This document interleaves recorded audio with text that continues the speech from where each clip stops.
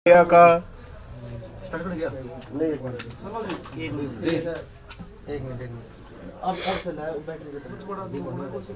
जी sir. सबसे पहले तो मैं आप सारी मीडिया का, सभी साथियों का बहुत बहुत स्वागत करता हूं। यहां पहुंचने पर आप सबका तहे दिल से धन्यवाद भी करता हूं कि सारी मीडिया, जितनी हमारी सफ़ीदों की, जितनी डिस्ट्रिक्ट जींद की और जितनी हमारे हरियाणा लेवल की है, सारी मीडिया यहां पर पहुंची है। मैं आप सबका धन्यवाद करता हूं। जो आज प्रेस वार्ता बुलाई, क्या आज जो प्रेस वार्ता हमने जसबीर देसवाल युवा क्लब ने बुलाई है, उसका जो मकसद है कि आने वाले 2024 जो साल आ रहा है, वो सबसे महापर्व जो है, जनता के लिए महापर्व का दिन है। क्योंकि उस साल में, आने वाले 2024 में जनता को अपनी नई सरकार चुननी है। साल जो है वो चुनाव का साल है, चाहे वो लोकसभा के लिए है, प्रधानमंत्री जी के चुनाव के लिए है, सांसद के चुनाव के लिए है, या विधायक के चुनाव के लिए है हरियाणा में। तो हमने जो आज की प्रेस वार्ता बुलाई है, वो सभी साथियों को, सभी हमारे युवाओं को, सभी हमारे हल्का वासियों से मिलन समारोह के लिए, जो हम 1 तारीख को करने जा रहे हैं, उसके लिए बुलाई है। और जो हम आने वाले साल में जन जागरण, हम एक मुहिम चलाने वाले हैं कि भाई हमारी जनता को, जो हमारी सफ़ीदों की जनता को हम जागरूक करेंगे कि भाई वो वोट जो देनी है वो किस आधार पर दें और कैसे अपने नेता को चुनें। हम अपनी तरफ से पूरा प्रयास करेंगे कि अच्छी से अच्छी सलाह और अच्छे से अच्छा हम उनको बता सकें कि कैसे अपने नेता का चुनाव करें। किन मुद्दों के तहत इस बार चुनाव में उतरने का मन बना है? देखिए, हमारे मुद्दे तो शिक्षा, रोजगार और विकास के सदा ही रहे हैं, पहले भी रहे हैं और आगे भी हमारे यही मुद्दे हैं। भाई शिक्षा, रोजगार और विकास, ये हमारे मुद्दे मुख्य उद्देश्य रहे हैं और आने वाले चुनाव में भी हमारे यही मुद्दे रहने वाले हैं। लोगों के मन में शंका है कि चुनाव चौधरी जसबीर देसवाल लड़ेंगे कि जितेंद्र देसवाल। देखिए, चुनाव जसबीर देसवाल जी लड़े, विधायक जी लड़े या मैं लड़ूं, उसमें कोई फर्क नहीं है। आने वाले 2024 के लिए चुनाव जसबीर देसवाल जी ही लड़ेंगे और उनमें और मेरे लड़ने में कोई फर्क नहीं है, क्योंकि हम शरीर और आत्मा है। भाई वो लड़ते हैं तो भी कोई फर्क नहीं है और मैं लड़ता हूं तो भी कोई फर्क नहीं। बात एक चर्चाएं पार्टी को लेकर भी चल रही है, या निर्दलीय चुनाव में आप उतरोगे कैसे? इस तरीके से जो मार्केट में, या यूं कि ये लोगों के बीच एक भ्रांति है, उसको कैसे क्लियर करोगे? देखिए, हमने जो चुनाव की बात कर रहे हैं, चुनाव हम जरूर लड़ेंगे। और जो आपने कहा कि भाई टिकट पार्टी की बात है, सबसे बड़ी टिकट तो है जनता होती है। वोट पब्लिक को देना है, वोट जनता को देना है, सोच समझकर वोट देती है जनता, और उसके लिए टिकट भी महत्व रखती है। बट सबसे बड़ा महत्व जनता का है, सबसे बड़ा महत्व वोट का रहता है। तो चुनावी जो आगामी आपकी रणनीति है, किस प्रकार की रणनीति रहने वाली है? पूरे साल की हम बात करें तो किस प्रकार के कार्यक्रम आयोजित होंगे? देखिए, जैसे बताया कि भाई हम गांव-गांव जाकर सभी लोगों को, गांव-गांव, गली-गली, नुक्कड़ जाकर सभी को जागरूक करेंगे कि भाई चुनाव में एक तो अधिक से अधिक वोट करें, और जो चुनाव में किस तरह से नेता का चुनाव करें, कैसे अच्छे आदमी का चुनाव करें, क्या उनकी सोच होनी चाहिए जिस टाइम वो वोट करें। जसबीर देसवाल के जो कार्य 5 साल वो विधायक रहे, क्या उनको गिनवाया जाएगा? क्या उन पर जो लोग विश्वास करेंगे जो उनके द्वारा कार्य किए गए? देखिए, जितने कार्य विधायक जी ने करवाए थे 2014 से लेकर 2019 तक, आज तक उतने विकास कार्य ना तो किसी नेता ने करवाए हैं, सफीदों की हिस्ट्री में करवाए हैं।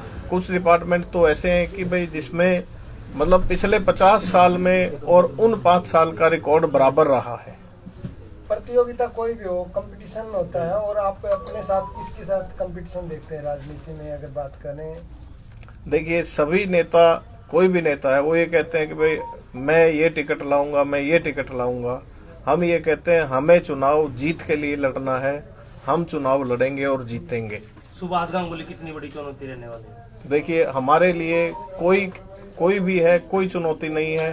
हमारी चुनौती मतलब हर सफीदों की बैकवर्डनेस से है। जो सफीदों पिछड़ा हुआ है, हमारी चुनौती वो है। हमें उसको आगे ले जाने के लिए हम कितना पब्लिक को जागरूक कर पाते हैं, वो हमारी चुनौती है। जितेंद्र जी, जैसे इसी प्रकार की तैयारी पिछले चुनावी दौरान भी की गई थी, लेकिन एकदम से फार्म नहीं भरा गया, क्या कारण मानते हैं? जी, जो पिछले चुनाव की बात करें तो भाईचारे की वजह से, जो भाईचारे ने हमारे को कहा, हमें वो चुनाव छोड़ना पड़ा। तो इसलिए वो ऐसा कुछ नहीं, तैयारी पहले भी की थी, भाईचारे ने कहा, हमने उनकी बात मानी।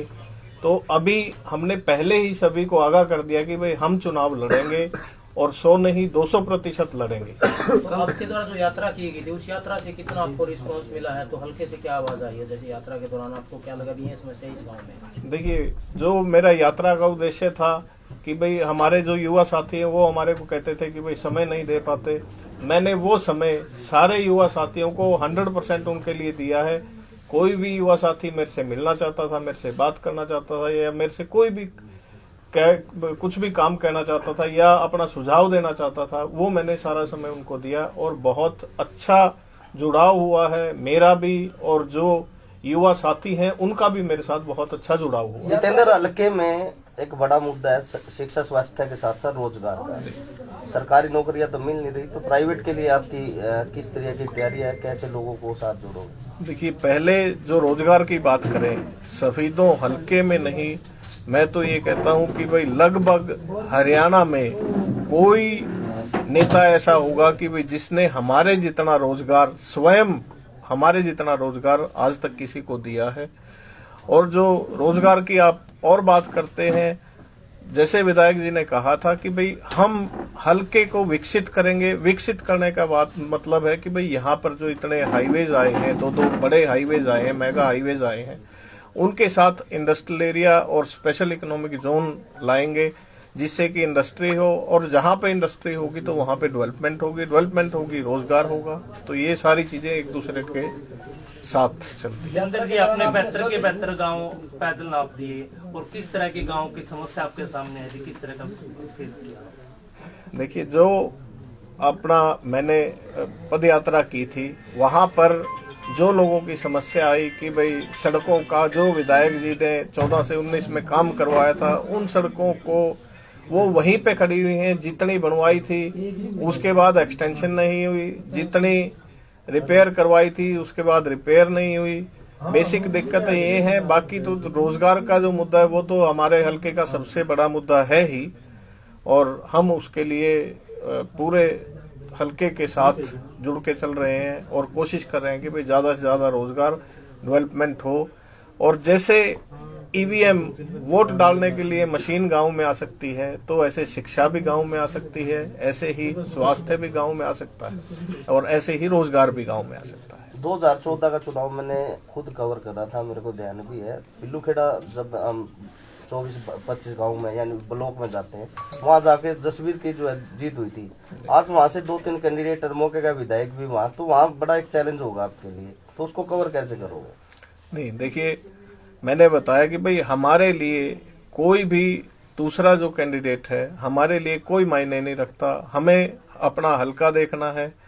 हमने जो पहले रोजगार दिए हैं, हमने जो पहले विकास करवाया, हम उन मुद्दों पे चुनाव लड़ेंगे। हम उसी बेस पे कहते हैं कि भाई चाहे कोई भी, हमारे सफीदों से पूर्व मंत्री भी रहे हैं, हमारे सफीदों में पहले भी एमएलए रहे हैं, और हमारे 2019 के बाद भी अभी भी एमएलए रहे हैं। किसी ने भी उतना काम नहीं करवाया है, किसी ने भी उतना रोजगार पर्सनल लेवल पे, कोई नेता तो कहते हैं कि भाई हम ये कर देंगे, वो कर देंगे, वो करके तो दिखाए ना। और आज तक हमने हर अपनी प्रेस कॉन्फ्रेंस में हर नेता को खुली चुनौती दी है कि आकर खुले मंच पर आकर हमारे से बहस करें। तो कोई भी नेता, कोई भी ऐसा जो हमारे सफीदों हल्के के नेता हैं, कोई भी आगे नहीं आया हमारे साथ बहस करने के लिए। मूलतः ऐसी कौन सी 3 समस्याएं हैं जिन पे आप सबसे पहले काम करना चाहोगे या आपके मैनिफेस्टो का हिस्सा होंगे? देखिए, बताया, शिक्षा, रोजगार और विकास, ये 3 मुद्दे जो हमारे हैं, ये पहले भी रहे हैं और आगे भी रहेंगे। कोई विशेष जो कहना चाहते हैं? विधायक जी को इंटरनेशनल उद्योगपति माना जाता है, तो समाज सेवा के फिलहाल के आपके कार्य क्या चले हुए और आगामी 1 साल में हम बात करें तो क्या कुछ और समाज सेवा के तौर पर चलने वाली चीजें? देखिए, हम जैसे ब्लड डोनेशन कैंप भी लगाते हैं, हम स्वास्थ्य के लिए भी जो भी कैंप्स लगते हैं उनके साथ सहयोग करके उनके साथ में उनको पूरा जन जन तक पहुंचाने का काम करते नहीं, हैं। जैसे आपकी एम्बुलेंस चल रही है, कुछ और हल्के में आवाज आ रही है कि भाई बस सेवा कुछ इस प्रकार बस सेवा तो जैसे एम्बुलेंस चल रही है, हमने बस सेवा चलाई है। हल्के में जो तीर्थ यात्रा के लिए भी जहाँ पे भी लोगों का जो ऑफिस में सबकी डिमांड आती है वो बस वहाँ पे जाती है। वैसे रेगुलर वो अपना तीर्थ यात्रा पे चलती है। बाकी कहीं पे भी जहाँ पे डिमांड आती है, जो भी आदमी इकट्ठे होकर, जो भी साथी इकट्ठे होकर जहाँ उसको ले जाना चाहते हैं वो जाते हैं। और भी कोई बसें लड़कियों के लिए कुछ अन्य वो टाइम टू टाइम सारे कार्रवाई चलती रहेगी, समय पे चलता है। नए साल को कोई विशेष घोषणा आपके द्वारा इस बैठक में जो आपकी जाट धर्मसभा में बैठक होने वाली कुछ भी? नहीं, वो तो देखिए विधायक जी उसी दिन करेंगे, वो तो 1 तारीख को ही करेंगे। वो नए साल की घोषणा अभी कैसे करें? और कुछ सर ऐसे गांव भी हैं पिछड़े हुए जहाँ पे बसों की सुविधा अवेलेबल नहीं है बिल्कुल भी, तो उस बारे में आप क्या कहना चाहोगे? हम उनके बारे में देखिए, जो भी ऐसे मुद्दे हमारे पास आते हैं हम उनमें पहले तो सरकार की तरफ से, नहीं तो उसके बाद अपनी तरफ से भी चलाएंगे। ठीक है। जितेंद्र जी, एक हमारे दर्शक मुआना से जुड़े हैं, दीपक शर्मा, वो जानना चाहते हैं कि यदि आपको चीफ गेस्ट के रूम में बुलाते तो आप जाते नहीं, वो लाइव है इसमें। नहीं, ऐसा कुछ नहीं।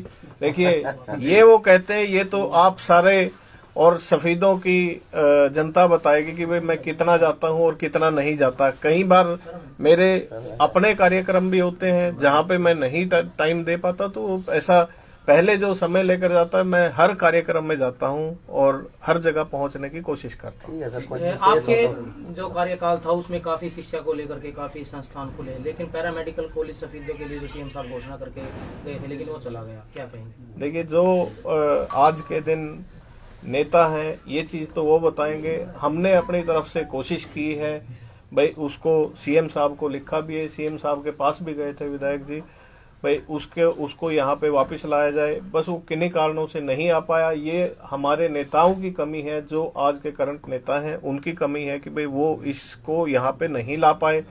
और दूसरी बात कि धरने देने से और ये सब कुछ होने से नहीं, ये तो जाके करने से, रिक्वेस्ट करने से, ऐसा नहीं भाई। वो तो कहते हैं ना कि भाई आप मांगो तो भगवान भी मिल जाए, तो ये तो कोई भी ऐसा मुद्दा नहीं है कि भाई आप अगर हम मांगेंगे, सीएम साहब से कहेंगे या स्वास्थ्य मंत्री जी से कहेंगे, तो ऐसा नहीं है कि भाई वो नहीं करेंगे। जितेंद्र जी, कल को कांग्रेस की जन आक्रोश रैली हुई थी, उसके बारे में क्या कहना चाहेंगे? वो कितनी आपको कहाँ मानते हैं उसको? नहीं, देखिए, जन आक्रोश रैली वो उनका काम है। स्थानीय नेता है या स्टेट के नेता हैं, वो उनका काम है, उनकी पार्टी का काम है। वो ज्यादा विस्तार में वही बता पाएंगे। मैंने आपको बताया कि भाई हमारा सफेदों में कोई कंपटीटर नहीं है, कोई कंपटीशन नहीं है। तो युवाओं के लिए बस आखिरी संदेश आपका। मैं तो सभी युवा साथियों को ये कहना चाहूंगा कि भाई शिक्षा के साथ साथ वो इस मुद्दे को भी लेकर चले कि भाई दो बातें हैं कि भाई या तो आप भाव के साथ बह जाएं, नहीं तो भाव को बदलने की हौसला रखें। और उसको बदलने का मतलब है कि भाई हमें अपने हलके का, हमें अपने एरिया का विकास करने की सोच रखनी चाहिए, हमें अपनी आवाज उठानी चाहिए, हमें जो वोट है वो सोच समझ कर देनी चाहिए कि भाई जो हम वोट सोच समझ कर देंगे तो वो सारा ही सब कुछ ठीक होता चला जाएगा। धन्यवाद। मैं आप सभी के माध्यम से 1 तारीख के लिए हमारे सभी हल्का वासियों को न्योता देना चाहूंगा कि भाई 1 तारीख में जन संपर्क समारोह में आए और आप सभी को नव वर्ष की भी हार्दिक शुभकामनाएं। स्थान भी बता दें सर। जी, जाट धर्मशाला सफेदों 11 बजे 1 तारीख। ठीक। एक अभी कैलेंडर का विमोचन होना है, उसको भी कर देते हैं। लाइन चल रहा है।